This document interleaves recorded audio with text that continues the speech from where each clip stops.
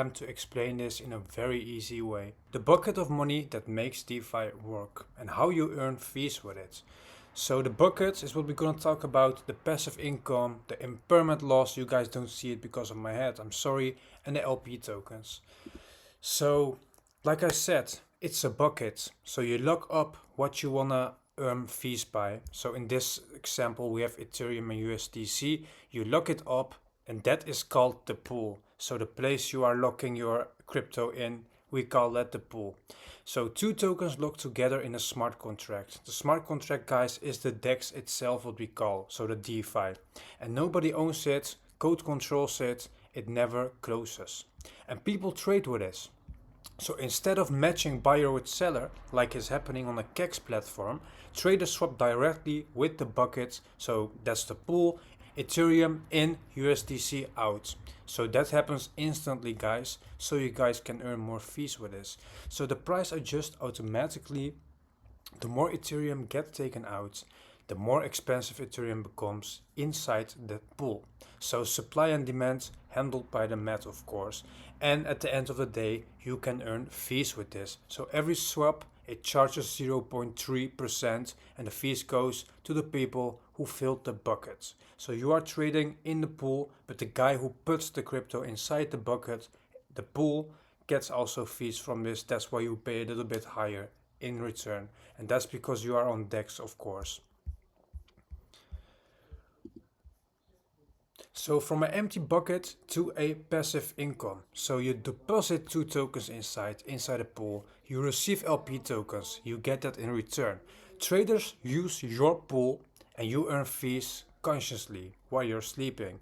And you can of course withdraw anytime. But the problem with the thing is with the pool, if your Ethereum is inside the bucket and Ethereum gets a bump, so it goes from $3,000, I don't know what it is right now, and it goes to 4,000, you don't make that price, you don't make that money because your money is inside a pool, because you let people trade with your money. So if you are in a state and you don't really know what is happening with the market on that moment, and you don't have the feeling that it will get a pump like this year happened the whole time, you can of course set it inside the pool so you can also earn some fees with it. And you can of course make more money than you're trading on futures. So the impermanent loss, this is what we talked about, because this is one of the downsides of the liquidity pool. The risk nobody explained, guys. So you start with 500 USDC and Ethereum, that's $1,000. Ethereum price doubles. No, your Ethereum is now worth of $1,000. So USDC stays, the total value is 1,500. You kept the full pump. If you hold it, of course. If you provide liquidity, so if you lock in your Ethereum inside the bucket, start with 500, Ethereum price doubles, and the pool auto balances, so you sell some Ethereum, you end up with less Ethereum than you actually had, and more USDC. The total value is 1,414, you missed $86 and just holding. So the impermanent is, if prices return to start, the loss disappears, if not, it's real. And liquidity pool, the cheat sheet, everything you really need to know. So the liquidity pool, you can see a bucket of two tokens locked in a smart contract, powers trading on a DEX.